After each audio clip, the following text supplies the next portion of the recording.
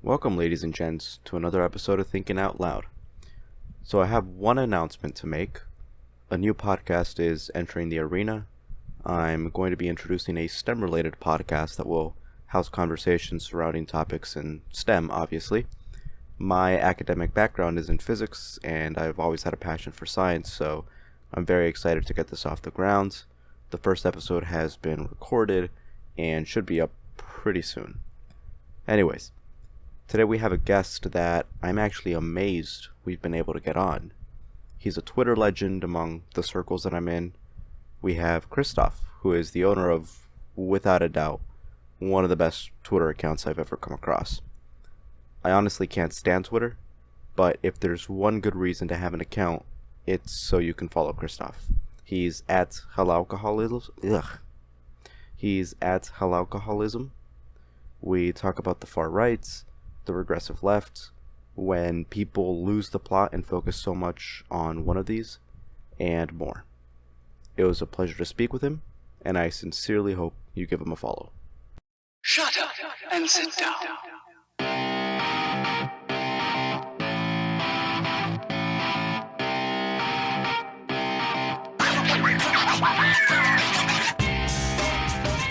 Welcome, ladies and gentlemen, to another episode of Thinking Out Loud. As always, I'm your host, Vincent Freeman, joined by my good friend and co-host, Bruce. Bruce, once more, thanks for joining me on this journey. Very happy to be here today, especially since we're about to interview a very elusive but popular legend on Twitter who has very, very interesting takes on a whole bunch of material that interests us and the other people in our intellectual community. That's right. This I'm really amazed we actually got him on the podcast. So we have Christoph. Christoph, thank you so much for coming on the podcast. It's a pleasure. Hey guys, pleasure to be here. It's funny when I hear people talk in such glowing terms because ultimately I've only got something like 25,000 followers, and it's like if you think about being any kind of famous person, like the fact that 25,000 people even know you, or half of those public people probably don't even pay attention to me anyway. It's funny, like I guess within a certain circle of Twitter, I'm well known, but then it's whenever you kind of get a big head about this kind of stuff, you have to kind of realize that offline, no one gives a shit about how many Twitter followers you have or whatever. It's not like, it's one thing if you got 1 million or something like that, but there's so many big personalities, Twitter personalities who have lots of followers who offline, and they're just another regular person. No one gives a shit about their opinions,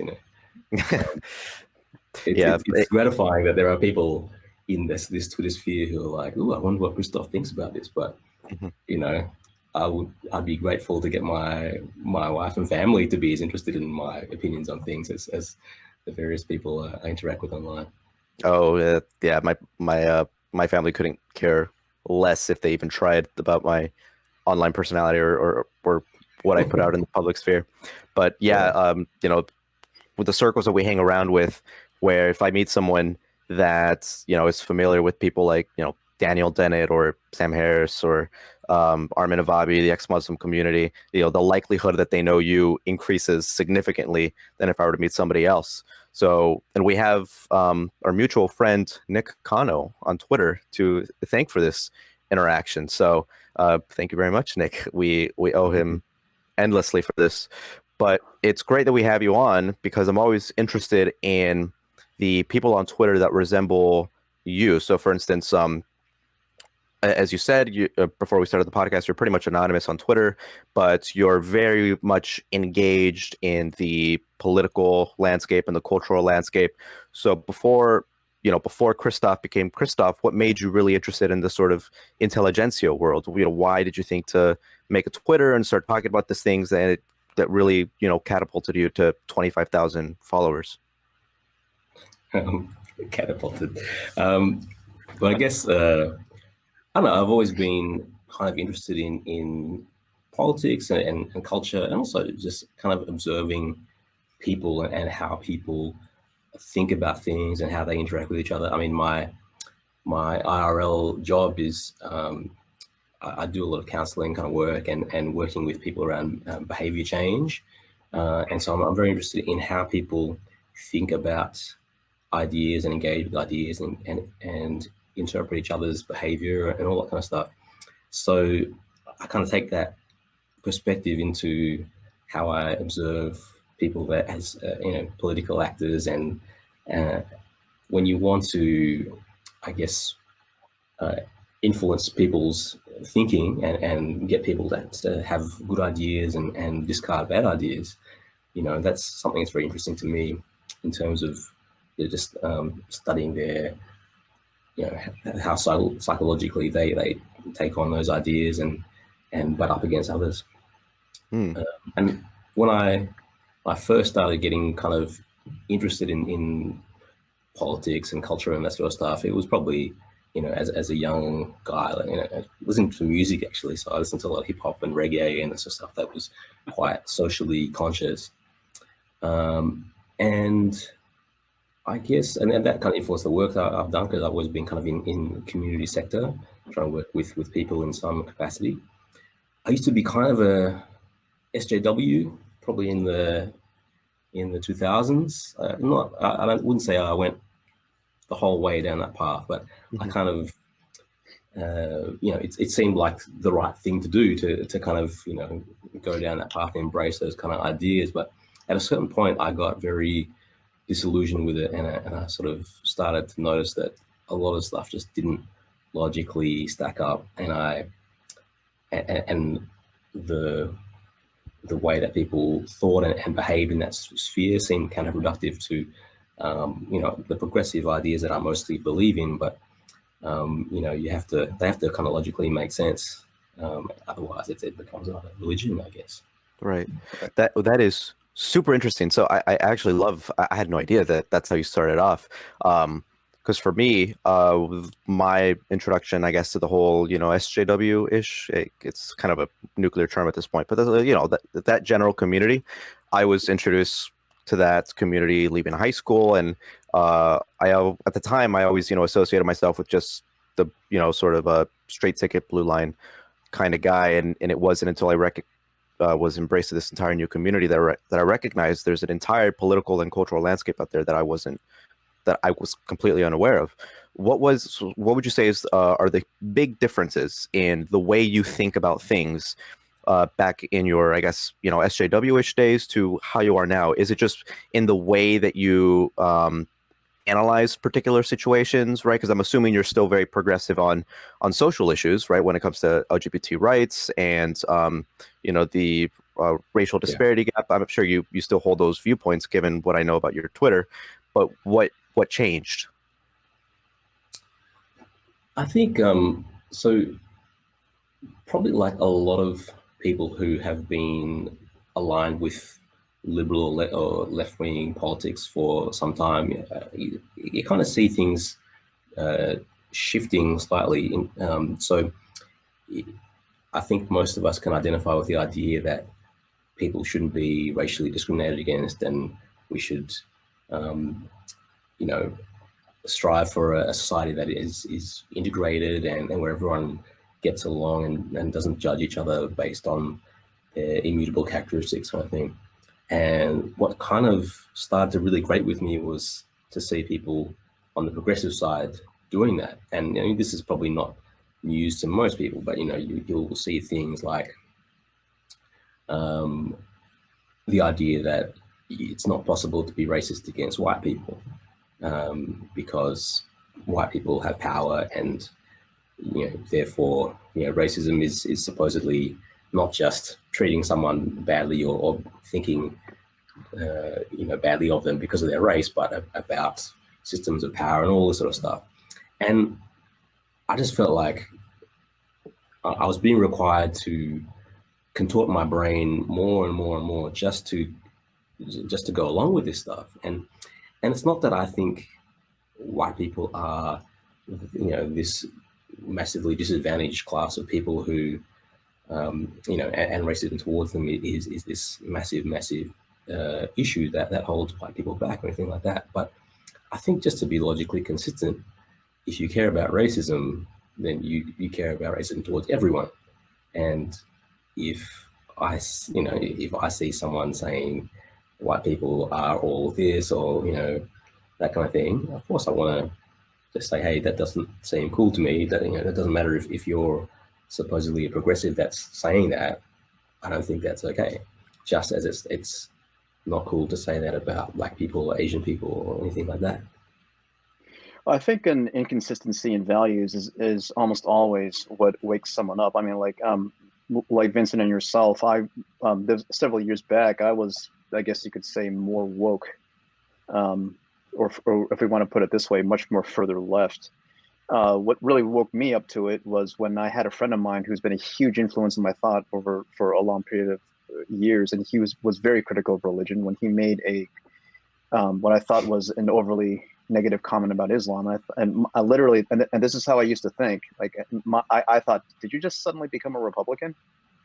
But it was him, and he's someone who's been logically consistent in his views. He was very strict with his epistemology, my critical thinking. So I looked into it, and I was introduced to the whole slew of arguments surrounding Islam. And like, it didn't take long for me in my conversations to people, to hear that people who were very progressively minded would almost seem to be stubbornly resistant to the idea that there does exist the equivalent of the Islamic Bible, the Christian Bible Belt, the Islam Quran Belt, so to speak. And like, there was just no real acknowledgement of differences in religion, or whether or not certain problems can exist to a greater extent in one or the other. And like you said, if there's a consistency in values, if there's consistently in liberal values, and if you're honest about it, I think somewhere along the way you wake up. Yeah, and again, Islam is one of the things that was a kind of sticking point with me for a while, because it's difficult to espouse progressive values and then notice that, generally speaking, religious people are frequently not on board with that. And Islam possibly more than others. Obviously there's a difference between like Muslims and Islam is not exactly the same thing, and Right.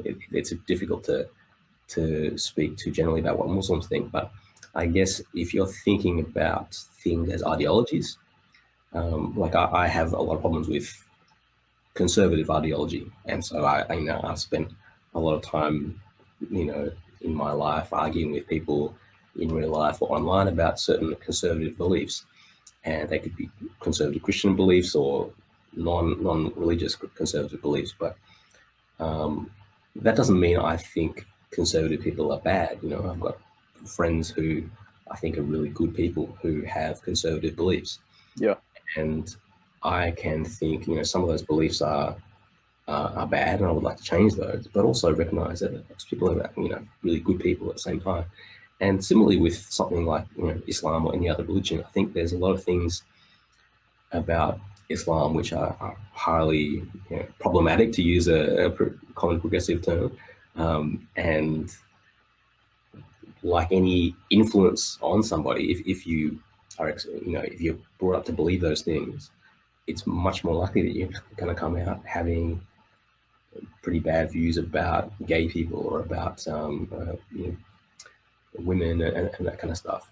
But obviously that doesn't mean that anyone who is a Muslim is going to have those views. So I think that's one of the sticking points for a lot of people about how they find themselves having to defend Islam against criticism, either whether it's from right-wingers or just secular-minded people, because a lot of people can't distinguish between a bad set of ideas and a bad set of people. Yeah.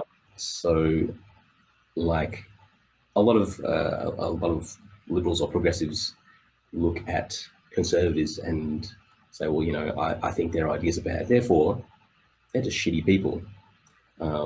If you don't support gay marriage, then you're a hateful bigot and you're a terrible person. So we talk about logical consistency, right? That's become problematic when you look at other countries and you see how many people don't have progressive views in a particular country. So if we think about, I don't know, let's say Egypt or India or Kenya or whatever. So go around doing a survey of how LGBT friendly people are there, and you won't like the results you get. Now, does that mean that everyone in those countries is, like the majority of people in Kenya or Pakistan are just terrible people? Absolutely not. So to be able to see that someone can be, a good person who deserves, respect and to be seen as a good person, but also they can have views that are, a problem, or kind of subscribe to a belief system which contains those problematic beliefs. That's a difficult thing for people to get into their heads, because so many times if you say, something critical of Islam, people interpret that as you're saying something critical about Muslims. So, well, I have a friend who's a Muslim and he's really nice. So how could there be all these bad things with Islam? Right. Those things just can't compute. Right. Yeah. So that's what the we're running up against. Yeah, that 100% right. It's the calculation that people have to make, where it's not just a matter of what a person believes, but the intent, right? I mean, most people, most of the time, don't intend to do bad if they hold bad beliefs. Like they're doing so under the impression that they're bettering humanity, or this ultimately will make society better. And so I think that's one of the things that people often forget when they're talking to the opposition or with someone who thinks differently from them, because these viewpoints are different from what they believe. They automatically associate them as a bad person. And it's a shame, because it really just bludgeons civil discourse sometimes. And it's not to say that there aren't genuine grifters out there, or people who are just merely trying to make money and capitalize off of their views. They obviously exist, but you also have to be charitable sometimes in your interpretations of other people and their views. And so two terms that really take center stage during these conversations are the terms far left and far right, where you'll see people calling people like Ben Shapiro or Steven Crowder far right, and then you'll see people calling people like Vash or Destiny far left. And I'll recognize there's a lot of the times in my head, at least, I'm like, these people, I don't think Ben Shapiro, you might disagree with me on this, but I wouldn't consider Ben Shapiro far right. He's certainly right wing, socially conservative, fiscally conservative. I don't know where the connection is between him being far right. I think someone like Jared Taylor, or like Black Pigeon Speaks. So for you, how would you define far left, and how would you define far right? Because these are two things that you're in battle against. Yeah, and it's difficult because we've experienced this really flattening of the terminology and what do you call it, concept creep. So what we used to know as far right has, that definition has kind of grown in recent years, and this happens with a lot of things. But like Shapiro, who I really, really dislike Ben Shapiro, I wouldn't describe him as far right by the definition that most people would use. He has said some things which, if you took those in isolation, you could think, oh, that sounds a bit like a far right person. But if you look at the totality of his views, I don't think that's an accurate description. And for some reason, I'm way too familiar with Ben Shapiro's views. I really dislike them, but occasionally he says something which is quite perceptive. I'm like, oh, that surprised me, but I find him quite a dislikable individual. I guess far right I would describe as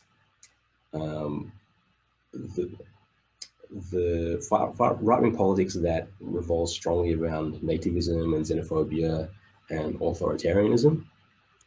And those things aren't strangers to regular right-wing politics, but they aren't typically the central preoccupation. So I guess typically right-wing politics is, depending on where you go, but it's focused on the free market, and also on, I guess, preserving cultural conservative values, that kind of thing, and resistance to rapid change. whereas the far right, I guess the ideas are seeping into mainstream conservatism as well. So that's another reason it's difficult to have a clear definition of it. Because, I mean, if you think, the Republican Party in the US is the obvious organ of conservatism, and that has increasingly, under Trump, has been overrun by these far right ideas.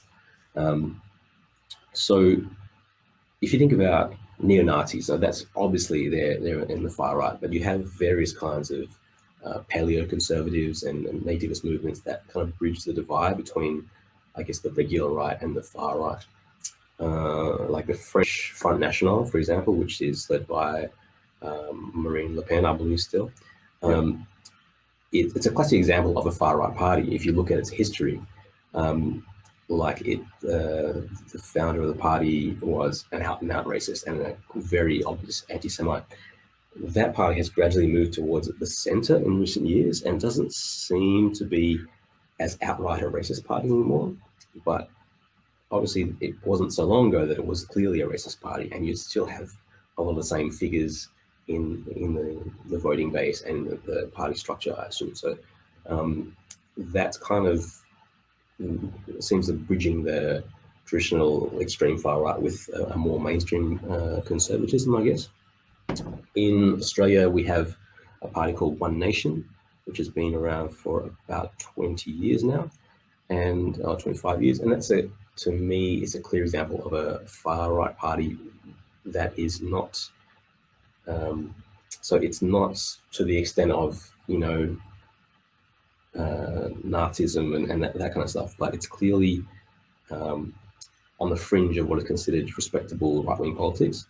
And it's very nativist, very xenophobic. So the leader is a woman named Pauline Hanson, and her first speech in Parliament, which I think was in '96, was talking about how Australia has too many Asians. And she, as her career went on, her rhetoric shifted to talking more about Muslims, which became a common far-right talking point. But there's some of her things that she says about Islam are actually, there's some points in there, but then you have these very extreme things like wanting to put surveillance cameras in every mosque, or preventing anyone who's Muslim from running for a public office, that kind of thing. So, there's a whole lot of very authoritarian, xenophobic positions there. When you get someone like Trump, it's debatable whether you consider him a far-right figure, and partly it's because he has bent American mainstream conservatism to his will in a way. But a lot of his rhetoric is exactly what you would expect for a far-right person. I mean, just in the last day or so, he had a speech when he was saying something about Ilhan Omar, and she wants to tell us how to run our country. How did that go back in her country, kind of thing? And it's the kind of rhetoric of he's used before about maybe people should go back where they came from. That's a classic. It's barely even dog whistling. It's classic xenophobic. Using these impulses as a way to gain power. And if we're talking about far left, that's trickier, I think, partly because the lefts, maybe I'm more focused on the left being kind of part of it, but it's very splintered and full of different groups that really hate each other. I know, Bruce, earlier you mentioned something about you were more woke and further left, and actually those things aren't, for me, they're not exactly the same thing, because you have some people on the far left who are quite anti-woke, and you have people who are more, in many ways, they're close to the center, but are very, very woke. So what that means is, I guess, a lot of us tend to think of the left as basically anyone who's not on the right. So you've got your liberals and your kind of far leftists, but from the perspective of a lot of people on the left, liberals are not the left. Liberals are kind of like neoliberal center, and a lot of people define the left as being more about economics. So if you're sort of socialists, or so obviously like Bernie Sanders is an example of a person on the left. He's not far left in my reckoning at all, but he is a person on the left who is really focused on the economics of, you know, how to make society more equal and provide people with healthcare and better opportunities who are on the lower rungs, the working class. When you've got a lot of the kind of woke people, a lot of woke people are more kind of economically, they're more neoliberal.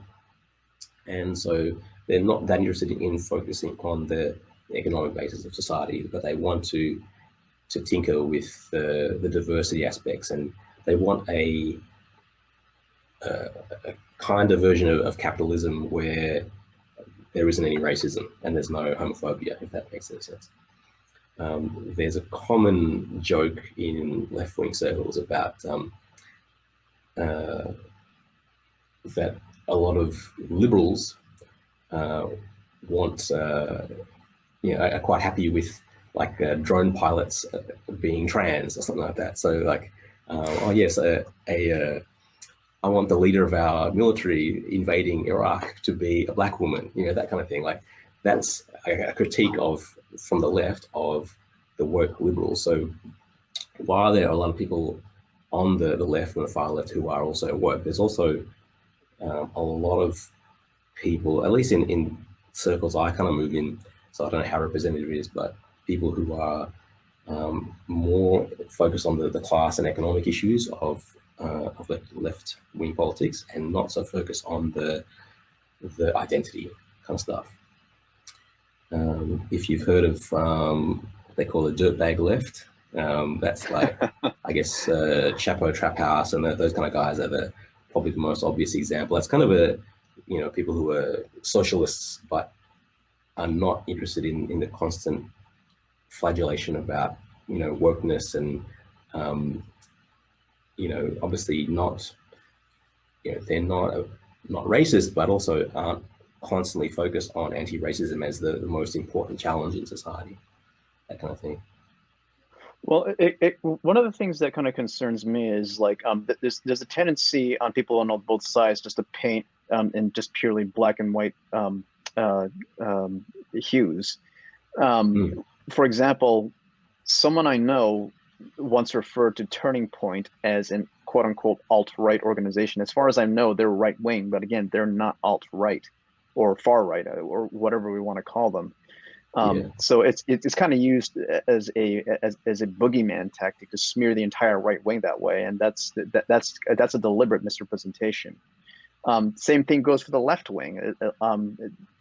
I think most people on the right would say that the left has just gone completely insane, and they probably think of everyone on the left as wanting socialism, which I don't think is true. But like, and most probably think the left is mostly woke, which you know, it's debatable as to what degree they are. But I'd like to believe that there's a certain part of it that still tries to remain some kind of objectivity in terms of liberal values when it comes to being woke and not woke. But like on both sides, we see this boogeyman effect, and I see it as as it being used as some kind of tool to color people's perspectives on both sides, and just making just rational dialogue difficult. Do you see this happening as well?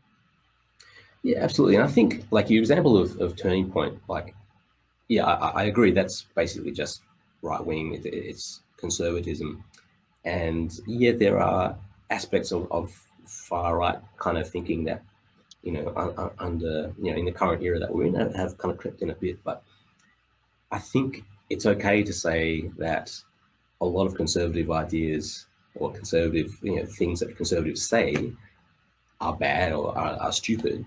You don't have to say, well, that is in the far right, because, you know, something can be bad without it being put in the box of the extreme scary group. Because I think Turning Point are generally stupid, and everyone involved with them tends to be just spouting talking points. You know, like the fact that who's it? Charlie Kirk. I think he started as a never Trumper before Trump got in, and then suddenly he became just the most diehard Trump advocate out there.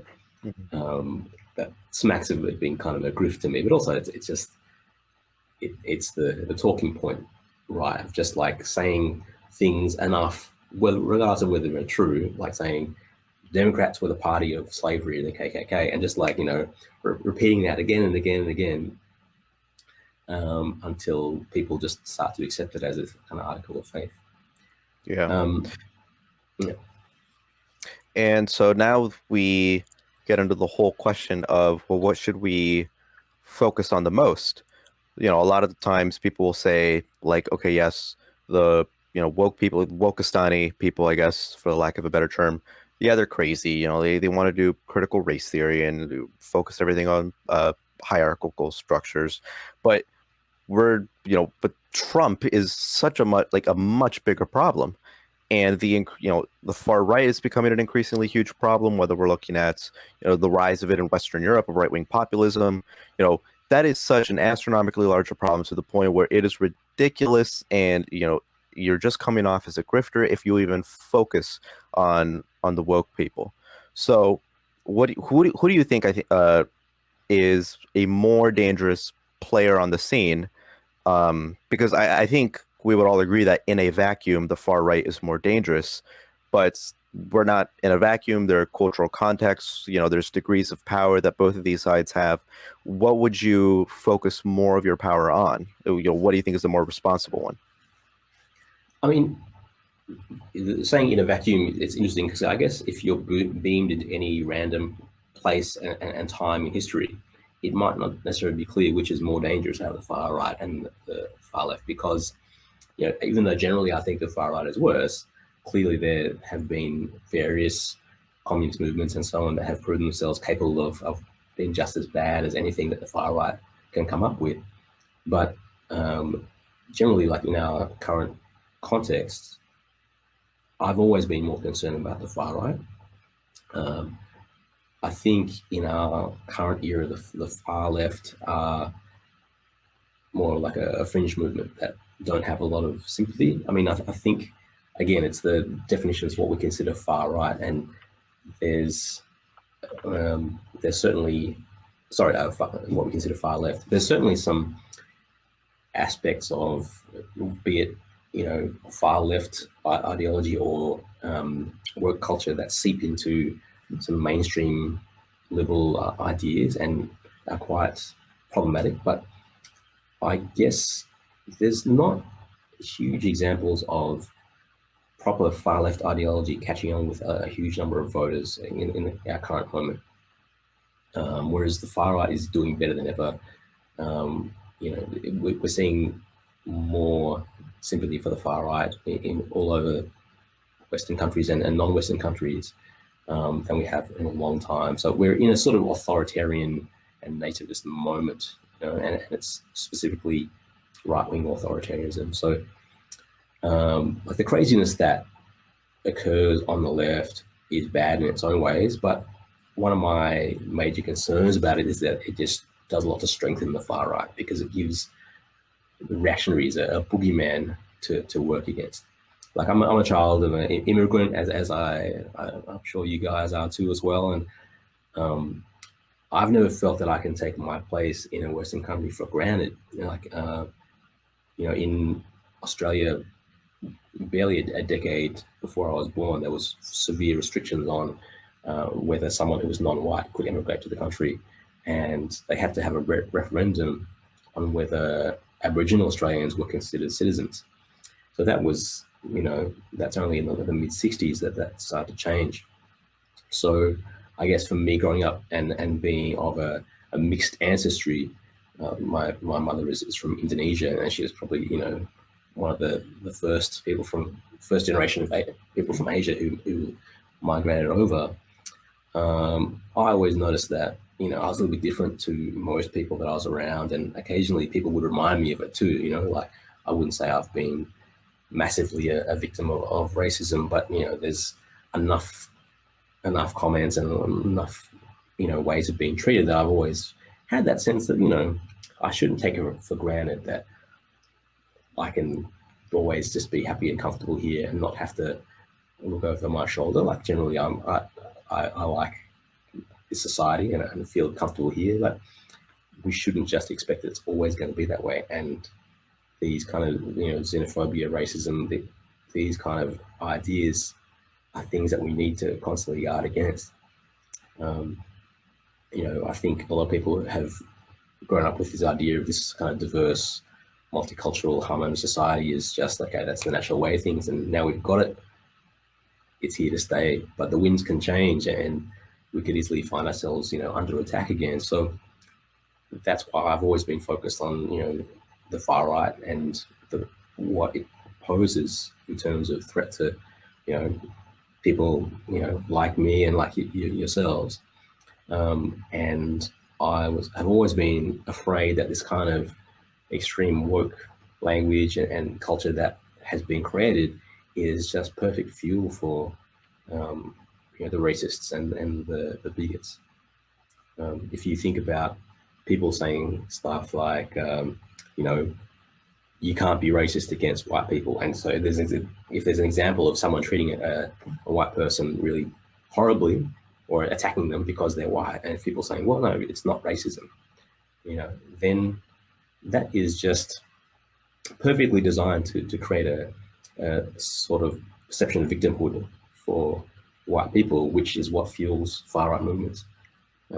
And you have people talking about like celebrating that in 50 years a country like the US is not going to be majority white anymore, and that's fine. I don't care if it is or it isn't. But when you have people saying, well, just wait, when when you're not the majority, then you're going to find out, you're going to get put in your place, kind of thing. I mean, I've seen comments like that around the place, and you say that to some white people, they're going to go, well, shit, maybe I need to band with other people to protect what's mine, and so this constantly oppositional view of racial groups and identity groups is something that I don't think it ends well, and generally for what I've observed most of my life, at least for maybe until this century, is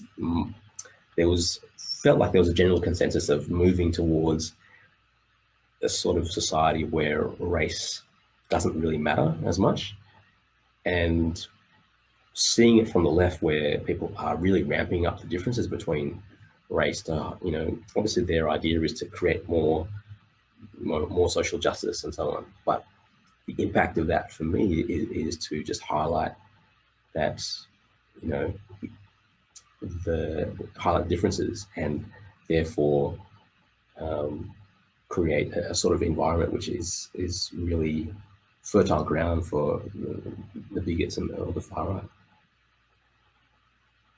Yeah. Well, Go ahead. one of the things I wanted to ask you. Yeah.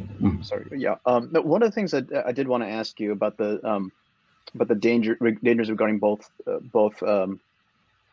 sides is that there's a power differential right now, but I don't view it as one necessarily having more power than the other. I feel like they have power in their own ways, and they're using it to rip us apart in the middle. One example, well, the illustration I go with is this: the right, I don't think anyone can disagree that the right has major institutional power at the moment, and with the death of Ruth Bader Ginsburg and the high likelihood that we're going to get another conservative Supreme Court, that power is just going to go up.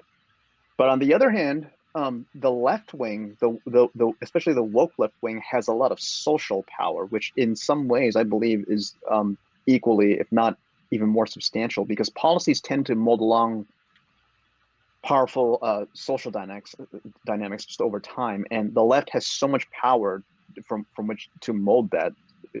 We know this because yesterday's liberals are now today's conservatives, and one of the things that really concerns me is that I think the left is just damaging the social fabric that could lead into some major institutional changes in the future that may may hurt all of us in the long run. One example I would give you is that how Jack from Twitter just gifted Ibram Kendi 10 million from Twitter, and Kendi, I believe, wants to put together a governmental institution that is quote unquote specifically trained to tackle racism. But as we know, his methods, his ideology is grounded in CRT, and CRT does not recognize objectivity. And we know critical race theory is just founded in the pure nonsense that's postmodernism. So these specially trained people are really not trained in anything at all, except they won't find problems, they'll problematize.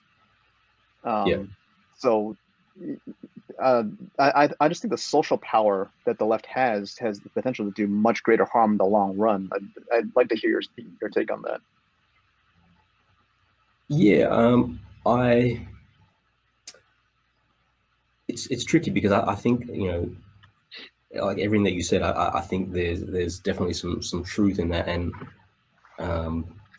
the kind of work side, the disregard for objectivity and focus on, they want to focus on narratives rather than establishing if something is true. It's about, well, what's my truth rather than what's the truth. I think a lot of people have trouble distinguishing. So if you say that something is anti-racism, then therefore it must be good. Racism is bad, and therefore anti-racism must be good. And so that, for a lot of people, just ends any further explorative conversation. And so if you're saying, okay, this person is, working under the banner of anti-racism, but the way he goes about it, his ideas, specific ideas, are actually quite harmful or counterproductive, a lot of people get very defensive. Like, how can you attack this guy? Can't you see he's against racism? He's fighting racism. Right. We need to be able to distinguish between, what is a general goal. I think maybe Ibram Kendi's ideal society is quite a nice one, but I think his methods of getting there probably will not make it a nice society, in a lot of ways, and will create other further problems. I guess one reason I still worry more about the far right is that to become a member of a far left, or the critical race theorist, a communist, or anarchist, or whatever, it requires some level of indoctrination or self-indoctrination. You have to do the reading to get into that stuff. Like, the average person on the street is not gonna just jump into believing in critical race theory. They need to kind of be exposed to that kind of stuff, and that could happen in the future. But by contrast, far right populism plays to some very basic human instincts. So it's tribalism. It's basically, you're different from me, and I don't like it. And we've been doing that stuff since we were living in caves, right? So, like, any dickhead can embrace far right politics, and that's what makes it so dangerous. I think with some of the ridiculous work stuff, or the people being Stalinists or whatever, that's not something that appeals to the average person. And I think that is, you need to kind of get yourself into a sort of idea bubble to start taking that stuff on board.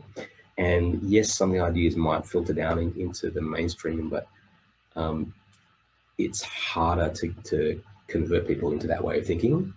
Whereas far right populism is basically just, it's us trying, when we're not trying to be our best version of ourselves.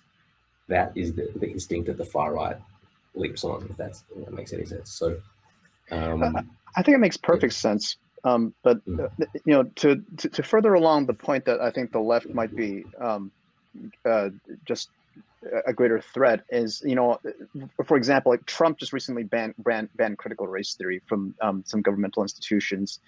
But I want critical race theory just gone, no ifs, ands, or buts, because it's damaging our racial relations. Unfortunately, I just wish the hell Trump wasn't the one to call it out and ban it, because of his history, because of the way he's used rhetoric. The media is trying to spin it that he's banning diversity, and because of how he's portrayed, that's a very, very easy perspective to believe. And therefore, I think people are going to push back on this effort to get CRT out of our schools as, oh no, you guys are, we really are infected by racism. You guys don't want diversity. No, no, no, no, no. We want to get CRT out. So because it's actually hurting diversity. And I think this is just another. This could potentially empower the woke and the immense social power they already have. Yeah, I think that also demonstrates an example of one thing that strengthens the right and the far right is when the left, or the liberal or left side of politics decides they're not going to do something sensible, like that they sort of abdicate responsibility for kind of policing some of the ridiculous stuff on their own side. So if institutions and celebrities and politicians and so on start pushing these, ideas which are pretty out there, like critical race theory as an example, and everyone just kind of accepts that, and no one on the left side is pointing out, actually, that's kind of that's crazy, that's harmful, that's counterproductive, then it's going to be the people on the right who do it. And if that's an important issue to you, you might start to gravitate towards the right wing on it. Like, don't hand victories to your opponent by neglecting something that's important on your side. It's like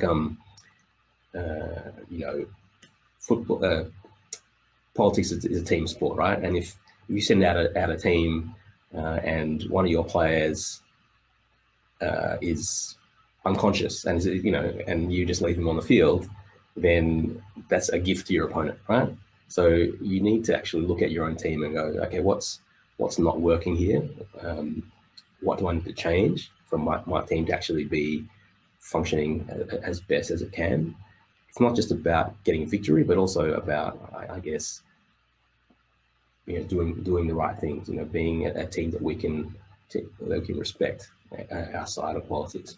And I feel like my side is constantly handing out victories to right-wing people by just refusing to think seriously about certain issues. What concerns me is that people don't really recognize just how incredibly common within academia these woke ideas are. So critical race theory is common in the humanities. It's not as esoteric as it is in the general population. And so this is one of the reasons why I focus so much on these topics, even if I am, from a utilitarian perspective, more concerned about the far right than the far left. I understand what's going on, or in the woke left, I guess. I understand what's going on more on the woke left than on the far right, because I'm in the academy, right? I have conversations with professors all the time. I've done way too much research into critical race theory and post-colonial studies, blank studies, really, and they're really incredibly common. It is not an esoteric belief, the idea that white people can only be racist because they have institutional power and black people can't. That is a common belief in the humanities. It's a common belief in philosophy as well. I was just recently in my philosophy class, I was forced to read White Fragility.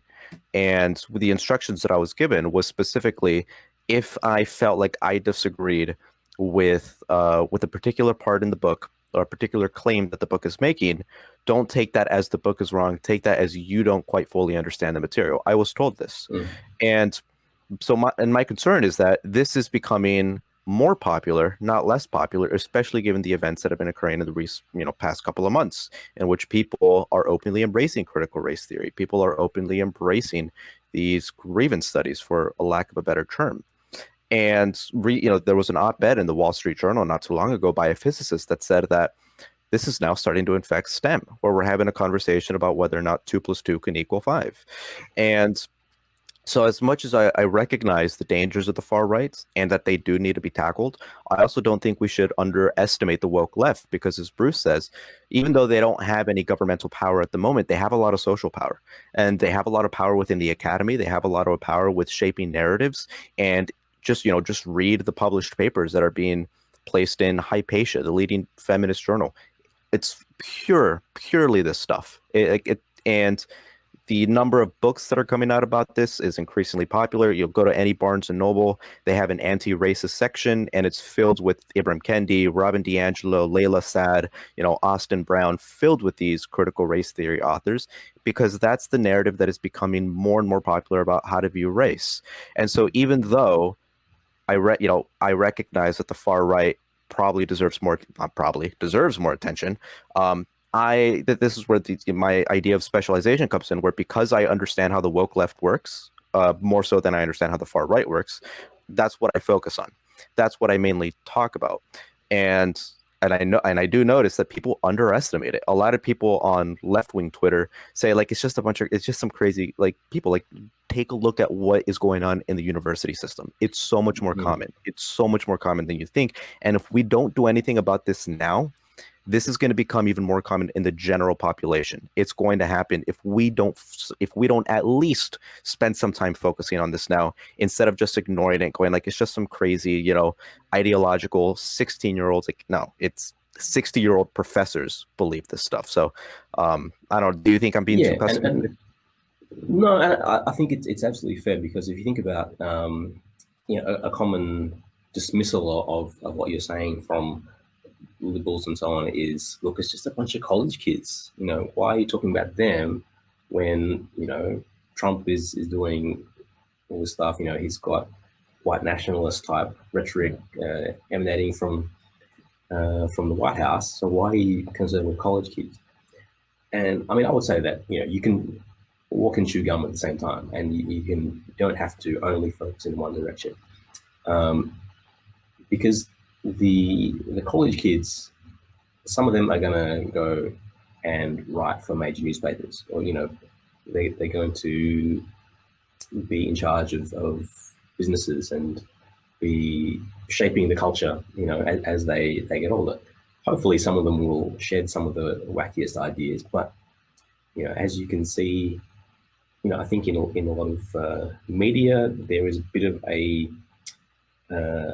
gap between the younger millennial, I suppose, writers and some of the older ones who are a bit more, maybe the older ones are going a bit more towards a kind of classical liberal way of thinking, or the old school liberal, and the younger ones are a bit more kind of woke.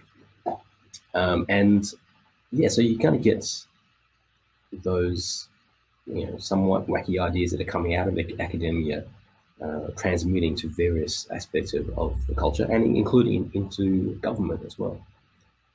I think you've found a lot of Democratic politicians are trying to echo certain things that come out of that work culture as a way to try and connect with their voters. To be honest, I don't think it really connects with voters. It connects with people on the internet.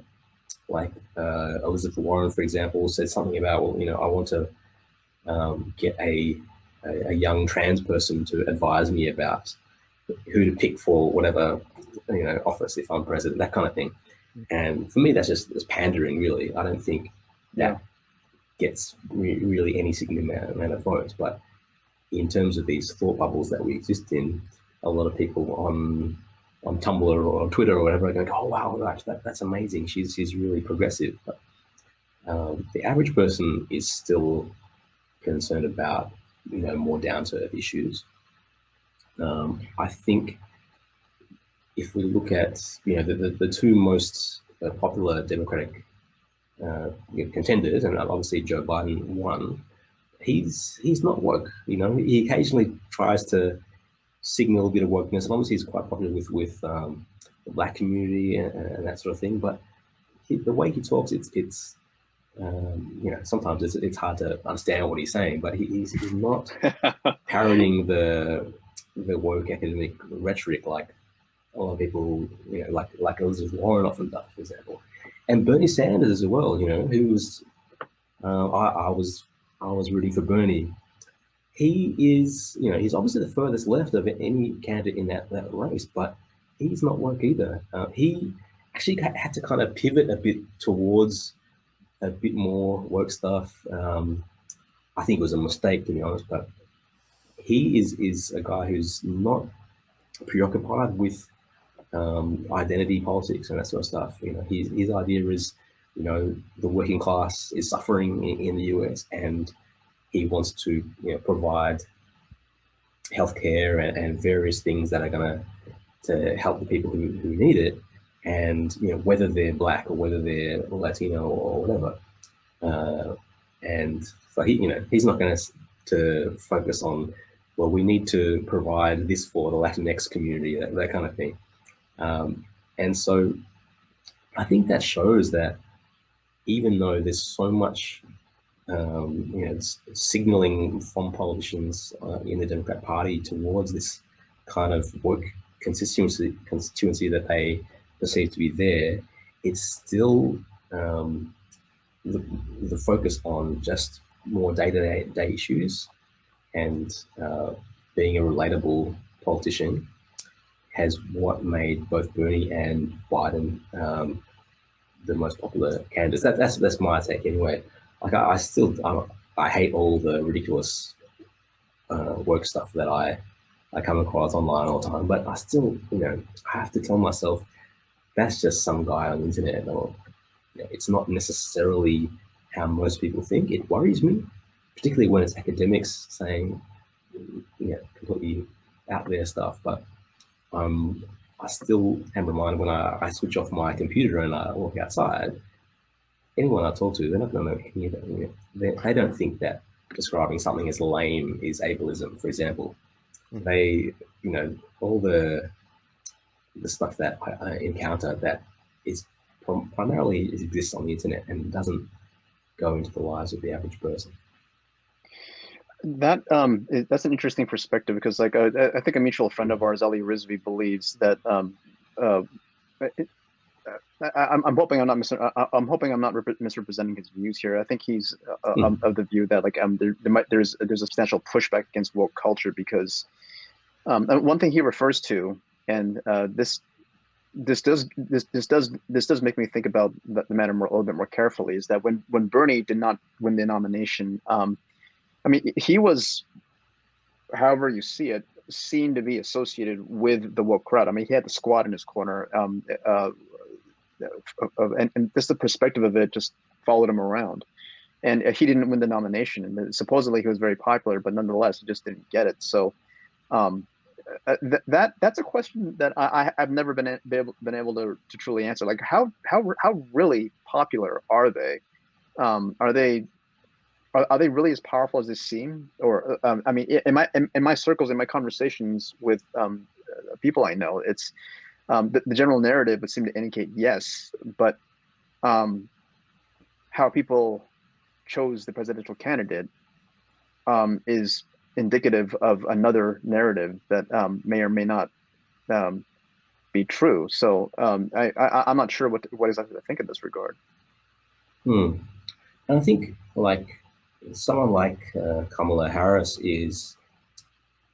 she seems a bit more to be someone who will signal towards the work stuff, but in many ways, like the further left people really hate Kamala because she is seen as like Kamala is a cop is the thing that you've probably heard. She's someone who had a very tough on crime stance, which is a lot of people would see as just kind of furthering this kind of police state mentality. And so she is like the Bernie crowd really doesn't like Kamala, and she's basically seen as a centrist with kind of slightly authoritarian tendencies in some way, but she is so much more woke in terms of how she tries to signal to different communities and the language that she uses. So yeah, you get that. What I said before about different groupings within the progressive side of politics. Like I think I was going to say, you mentioned the squad earlier. Like I think even though, so someone like AOC is, for me, an example of someone who is balancing both the economic class-based left and the woke left. And One reason the squad mostly got behind Bernie, I think it was 3 of the 4 squad members. I don't know. I know all this stuff, but it's not about the wokeness. It's about his stance on things like his stance on Israel, for example, is by the standards of American politics, he's very radical in Israel. But to me, it's a fairly sensible position that he's taken. Like he sort of supports Israel, but he also will condemn some of the far right aspects of the Israeli government and that kind of thing. So things like that, and focus on healthcare and so on. That was one reason that a lot of people were attracted to him. Mhm. And some of the people are woke, and some people are not so woke. You mentioned about Robin DiAngelo before and white fragility. One of the best critiques of that I heard was actually on Chapo Trap House, and these guys are socialists, and they totally ripped that book to shreds. And they frame it as this sort of professional managerial class who are trying to exert, some kind of power in their frustrated, people who don't have political power, but they want to basically run trainings and tell workers how to act, and it's if you are able to see that, it's actually really good. Like I think I have my things that I don't like about Chapo, but sometimes they do some really good stuff, and so there are critiques of that kind of work culture coming from the left, and they're very strong. If you are aware of like Jacobin magazine, for example, so they're socialists, and there's a lot of stuff that I wouldn't consider myself a socialist, and I don't agree with some of their positions, but they have a very class first focus on the way they look at politics. And so like me, they would see a lot of the obsession with identity politics and woke culture and that sort of stuff as just a diversion. It's a distraction from actually trying to get people what they actually need. So if there's a positive side, is that there is a section of the left that is actually trying to push back quite hard on the woke stuff, and predictably they get called racist for it as well. If focusing on class as opposed to race, so for some people that is an acknowledgement that actually maybe you're just a racist because you don't want to talk about white supremacy all the time like I do. So yeah, so the question is, will this become increasingly more popular in the future or less popular? The pandering that politicians are making towards the woke side of the equation, because I agree with your analysis. I don't think Bernie Sanders is woke at all. So you'll hear people on the right often say, Bernie Sanders, just this woke socialist who's trying to destroy our Western values. I don't think that's the case at all. There's absolutely an impressive overlap between woke people and people who support Bernie Sanders. But Bernie Sanders himself, from what I understand and from what I've looked at, he's not woke. He's not as woke as someone like Elizabeth Warren is. That's for sure. And so now, and then the question and as you said, yeah, a lot of people on the left are speaking up about this woke stuff. Like Kyle Kalinske did a great scathing review of white fragility, in which he basically mirrored what you said, that they're trying to make everything, instead of focusing on the institutional aspects of racism, they're trying to make it interpersonal. And they're, basically Robin DiAngelo is saying, I am your savior, give me $20,000, I'll go to your company and yell at the white people there, and then boom, the company is absolved of all racism without having to actually analyze that why there's a wealth disparity to be concerned about. And so yeah, I think that's correct. What concerns me is what's going to happen in the future. Is this going to get more and less popular, and whether or not we can do anything now to stop it. And I hope more people on the left speak up about this. And there are some people speaking up about this. Even Vosh, like someone as far left as Vosh, is responding to some pretty woke tweets. There's some progress there. I hope the progress is enough, though. but yeah, we're coming up on the hour now. I'll let you have the last word. Anything else that you want to, any final closing thoughts? I guess I was going to say, like I guess we spoke a bit before about some of the things that we might talk about, and I guess, and one of them was about like anti-wokeness, I guess, and I guess the pitfall of anti-wokeness is something I want to speak very briefly about. Yes, please. And I think there's like, if we say, yeah, wokeness is this problem, but anti-wokeness has its own perils, like when being against something is your raison d'etre, you also need to think about what am I actually for?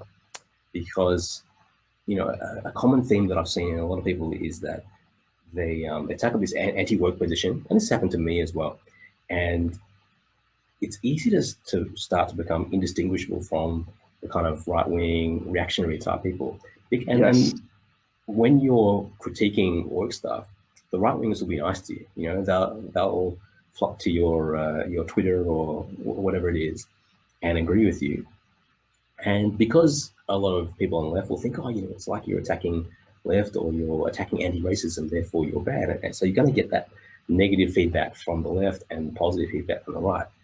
And then you kind of get into this idea bubble.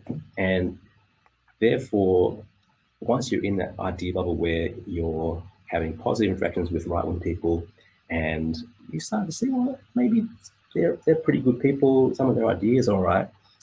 Then all of a sudden, you're calling yourself a classical liberal and you're announcing that you're supporting Trump, and this is the Dave Rubin phenomenon. But it happens to other people too, because, and I think, I think what Vincent said before about coming from a particular perspective, in your case, academia, but also kind of being liberal or on the left, you're attuned to those problems.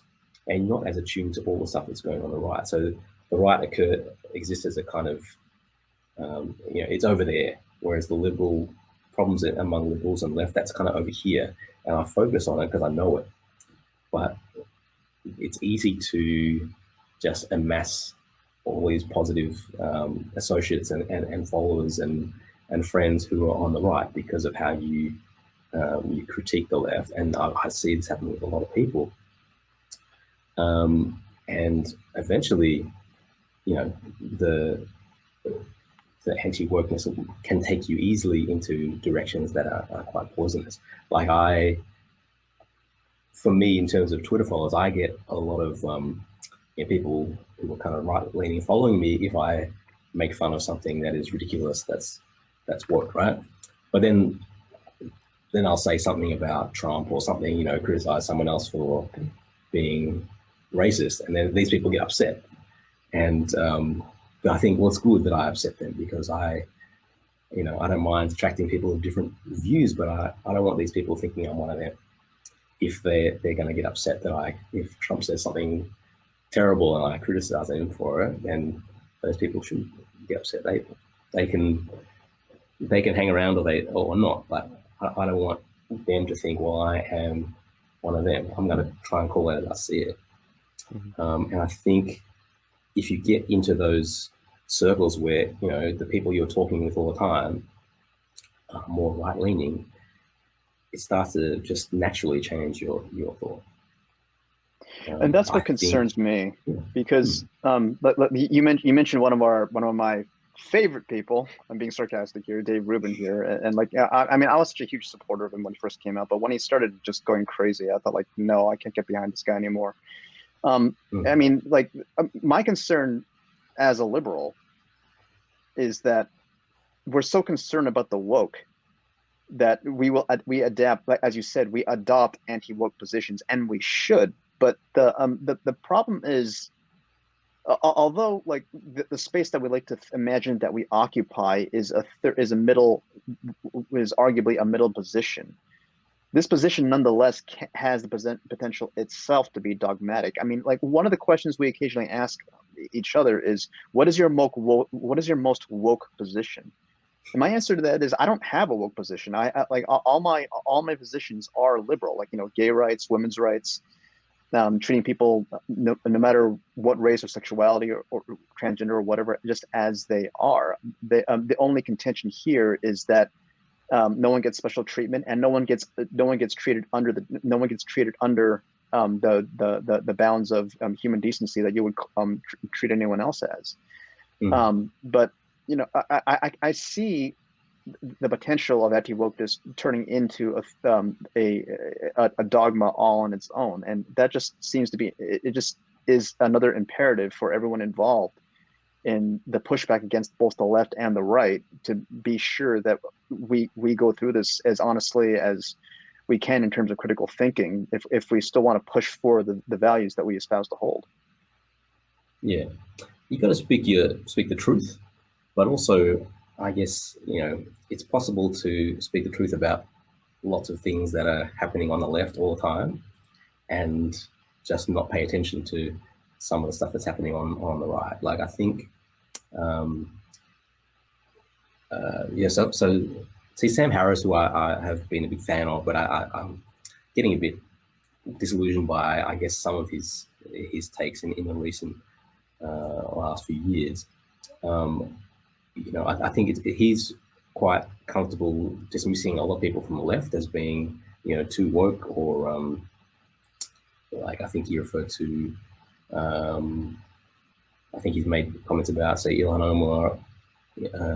Omar, for example, as, you know, alluding that she might be anti-Semitic or whatever, and that's debatable as far as I'm concerned. But it's easy to talk in very general terms about people on the left, but then, you know, going on a podcast with Ben Shapiro, or having a conversation with Candace Owens, like, I think if those people were Muslim, if Candace was a Muslim instead, and was saying some of the hateful stuff that she says, or Ben Shapiro was a Muslim preacher, we would say, you know, these are crazy religious hate preachers. But because they're on the right, it's easy for some people, like the Weinsteins do this as well. Weinstein, I don't know, but, you know, talking with these people who are part of the right-wing fringe, like Cernovich and that kind of stuff, and just, you know, having a civil conversation, which is okay. But then if you're going and talking to Candace Owens and Shapiro and Cernovich and whatever, and that's all fine, but then you're saying, well, people on the left are just crazy, then I think the values are a bit, you know, they need adjusting a bit. You know what I mean? Mm-hmm. Yeah, there has to be room for consistency in what you espouse. As you said, if you're willing to have a conversation with someone like Ben Shapiro or Candace Owens, there's an expectation that you should also want to have a conversation with someone like Sam Cedar or David Pakman. But then, you know, and I share the same concern that some people lose the plot when they go so anti-woke that they fail to recognize any potential threat on the right, and they immediately label the entirety of the left as just people who are going crazy. And that's something that I'm concerned about. And so I'll always be vocal about. I'm vocal about the fact that I'm very much concerned about Trump, and I want him out of office come November. I'm very much concerned with the craziness that's coming on the right. And, you know, you mentioned that you disagree with 99% of the stuff that Ben Shapiro says, as do I. I recently, you know, just did a scathing review of his most recent book that came out. But there has to be some balance there between being able to recognize the bad stuff that is coming from the woke side of the equation, while also not being completely blind to the people on the right. If you're going to say something like, I'm here to have a conversation, you know, the Dave Rubin phenomenon that occurred when Dave Rubin created a show, and he said that the whole point of it was free speech, having conversations with everybody from every side of the aisle. And yet that's obviously not what happened. He became so anti-woke to the point where that was his entire narrative, and it clouded his judgment on just about every issue. And that's what I'm concerned happens to so many people. Yeah. And so I always try, you know, I'm very much concerned about the woke left, or the woke specifically, right? I'm very much concerned about it. And I also always have to constantly check myself to make sure it's not clouding my judgment when it comes to topics on the right. And so you always have to, like, you know, balance that. And to some extent, I'll do my best to defend the Weinstein brothers, for instance. They've distanced themselves from Dave Rubin. Sam Harris has distanced himself from Dave Rubin as well.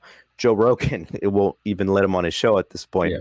So hopefully this is creating a culture in which that is becoming more common, in which we recognize people who are so anti-woke to the point where they're not even living by the principles that they claim to espouse. There are, some people say that this happened with Tim Pool, where Tim Pool started out fine, but now he's like completely downplaying everything that Trump does, or says like, okay, yeah, it's bad, but let's look at what's going on the left. It's like, oh, you can you can do both. Yeah. He's voting for Trump. I think he's said that quite clearly. Yeah. And Dave Rubin is now officially a conservative, so pretty soon he'll come out as straight. I can't wait for that. And one thing that happens, like, and this particularly in the sort of intellectual dark web kind of thing, I think that crew of people have prized the idea of civil conversations above all else. And I think, it's really important to be able to have civil conversations and disagree with people in a conversation and explore what they think, and not just constantly straw man and that kind of thing. But the problem is, once you start to engage with someone that way, it also can be a bit too friendly, and you actually will try and stay on the good side of that person and not address some of the terrible things that they might also say. Mm-hmm. Whereas if you're not engaged in civil conversation with someone who's on the left because they think you're an idiot and they're calling you names or whatever, it's very easy to dismiss them. Whereas, because I'm having a conversation with Ben Shapiro and he's nice to me, then I'm not going to say, well, what about these ridiculous things that he said? And so that's the problem with the civil discourse idea. It's really important to have conversation, but it easily falls in this trap of everyone being too buddy and not actually addressing really bad things that people actually say and believe. Mm-hmm.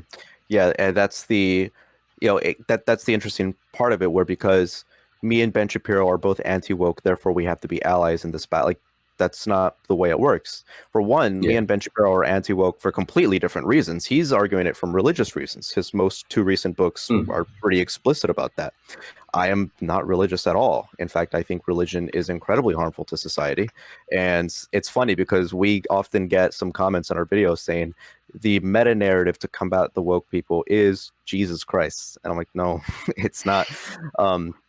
But I agree with you. I would be willing to have a conversation with Ben Shapiro as much as I'd be willing to have a conversation with Vosh, and I would be civil with them. I'd be polite with them, but I wouldn't ignore the fact that Ben Shapiro has some pretty wacky views when it comes to gay marriage or when it comes to the trans community. And I wouldn't be, I'd be open with Vosh about the fact that I'm not a big fan of socialism, or about the fact that he is very much a huge fan of intersectionality, and I'm very skeptical and critical about it. So I think there's a balance there to be had, and you might disagree with me there, where you can be polite with someone like Ben Shapiro, you can be polite with someone like Steven Crowder, without having to ignore the fact that you think they have crazy different views, crazy, like, dangerous views even, because as we said at the beginning of the podcast, I'm not under the impression that these people want to actively harm society. I think that's what they're doing with their platform, but that's not their intention. They want a good society. They think that they're making a better society. We disagree with that. And there's no reason why you have to be an asshole to these people, given the fact that you can have a conversation about it without, it throwing into a large hissy fit, because then it's just not even productive. But yeah, I certainly think people should be able to talk to just about anyone. And there's a lot of people on the left who think, if you talk to this person, you're platforming them, and therefore it's kind of like you're amplifying their bad views. I don't have a problem with talking to someone, and maybe you might help shift that person, but it's also about how you do it and the context that occurs in. Because if you're having very nice conversations with people who are kind of far right, then clearly you're ignoring some of their bad views, or you're kind of making those seem kind of more nice than they are, which is what Dave Rubin has done a lot.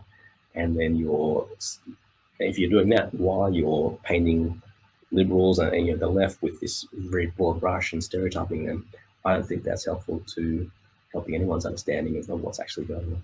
Right. Yeah, does a huge disservice to what our civilization is all about. Just talk to people, right? But anyways, any closing comments that you want to have? It was an absolute pleasure to have you on. This was lovely. Yes. I'm really honored to be invited on, guys, and thank you for having me. And if anyone listening, if you want to check me out on Twitter, it's my handle is halalcoholism, just alcoholism with a HAL at the start. And yeah, so you guys can check me out there. I'll see you guys on Twitter, I guess. And thanks, Vince and Bruce.